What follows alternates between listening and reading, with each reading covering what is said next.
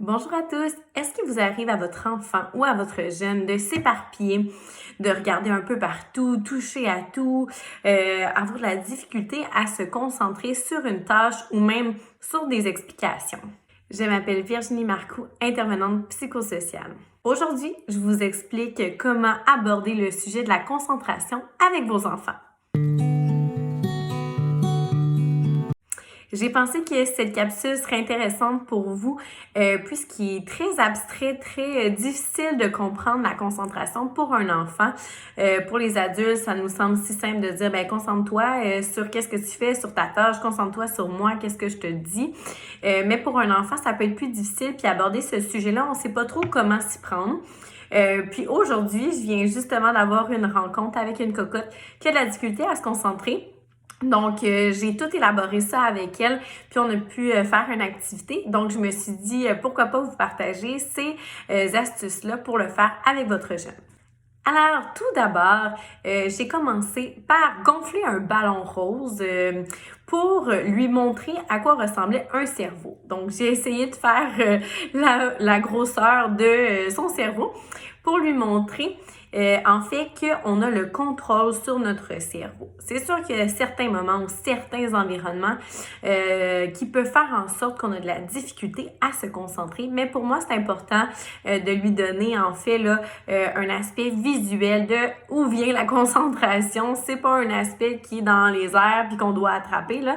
C'est vraiment au niveau de son cerveau. Ensuite, avec notre ballon cerveau, on a regardé un cerveau qui était moins fonctionnel au niveau de la concentration. Donc, on a regardé des aspects qui correspondaient à l'enfant. Donc, ici, c'est lorsqu'il y a trop de bruit, qu'elle a des difficultés dans son corps parce qu'elle est hypersensible.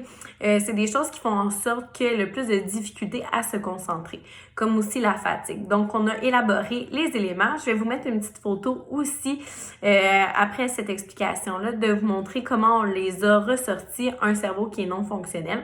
Donc, on avait par exemple la fatigue, de ne pas se sentir bien dans son corps, un ami qui nous dérange à côté de nous parce qu'il nous touche. Aussi, quand on regarde plein de choses, parce que, comme je l'ai nommé, elle est hypersensible, fait qu'elle regarde alentour. Donc, c'est tous les éléments qu'on va ressortir, que l'enfant vit.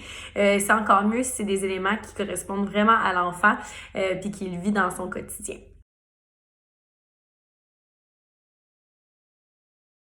Ensuite, on va regarder des images, ce que j'ai fait pour le rendre plus intéressant pour elle. On a pris un livre avec un cherche et trouve, là, vous pouvez prendre n'importe quoi comme image, puis demander un personnage qui est concentré ou un personnage qui n'est pas concentré. Donc, l'enfant retrouve un personnage qui n'est pas concentré parce qu'on vient de ressortir les signes physiques de quelqu'un qui n'est pas concentré ou des éléments. Par exemple, une personne qui regarde pas, une personne qui touche à tous les jouets, par exemple, qui sont alentour, une personne qui parle par-dessus une autre personne. Donc, tous ces éléments-là qu'on a ressortis avec l'enfant en expliquant un cerveau qui est moins concentré. Donc, on demande de trouver à travers des images un personnage qui n'est pas concentré. Et là, on va lui demander, mais pourquoi? Alors, on va lui faire ressortir les signes physiques ou les éléments qu'on vient de mentionner. Ensuite, vous me voyez venir, on va élaborer qu'est-ce qu'un cerveau qui est bien concentré. Donc, on va ressortir physiquement qu'est-ce qui montre qu'une personne est bien concentrée et qu'est-ce qui peut faire en sorte qu'on est bien concentré. Par exemple, je regarde la personne quand elle me parle. Je l'écoute avec mes oreilles. Je suis en position d'écoute, mes mains sont sur moi. Et on peut aussi sortir des éléments qui sont favorables. Par exemple, ici, la petite cocotte, elle est les plus concentrée quand elle a un objet sensoriel dans les mains en manipulation pour pouvoir comprendre les consignes ou les choses, ou on peut la mettre en action aussi, de venir nous aider. Donc, c'est les éléments qu'on ressort. On vient chercher avec une image un personnage qui est bien concentré. Pourquoi il est bien concentré?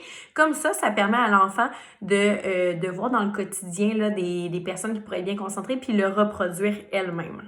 Alors là, on explique aussi qu'on peut parler à notre cerveau. On peut lui dire « Stop! Je m'arrête parce que je me rends compte que mon corps et tout ce qui est environnant me déconcentre. » Alors, je m'arrête et je trouve une stratégie, en fait, pour me reconcentrer. Donc, on voit au niveau de la prévention ou aussi dans le moment comment qu'on peut aider. C'est sûr qu'un enfant, tout dépendant de son âge, ne sera pas en mesure de s'arrêter par lui-même, de se rendre compte qu'il est plus concentré parce que justement, il est plus concentré, donc il s'en rendra pas compte.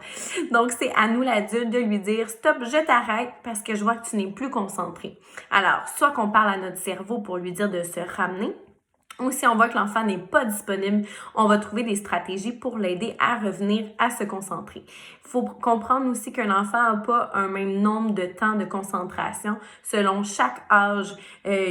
Il y a des minutes, en fait, qu'on peut allouer. Fait qu'il faut pas trop en demander non plus à l'enfant. Il faut garder ça en tête qu'il y a un nombre maximal que l'enfant peut se concentrer. C'est sûr qu'on veut l'améliorer, donc on va tout mettre en place pour l'aider, mais il faut pas trop non plus lui en demander parce qu'il sera pas capable puis il va vivre des échecs si on demande par exemple un 15 minutes mais qu'il est capable de faire seulement un 5 minutes. Ça va être décourageant pour lui et pas motivant. Ensuite, je vais vous donner quelques petites idées de jeux à faire avec l'enfant pour travailler sa concentration.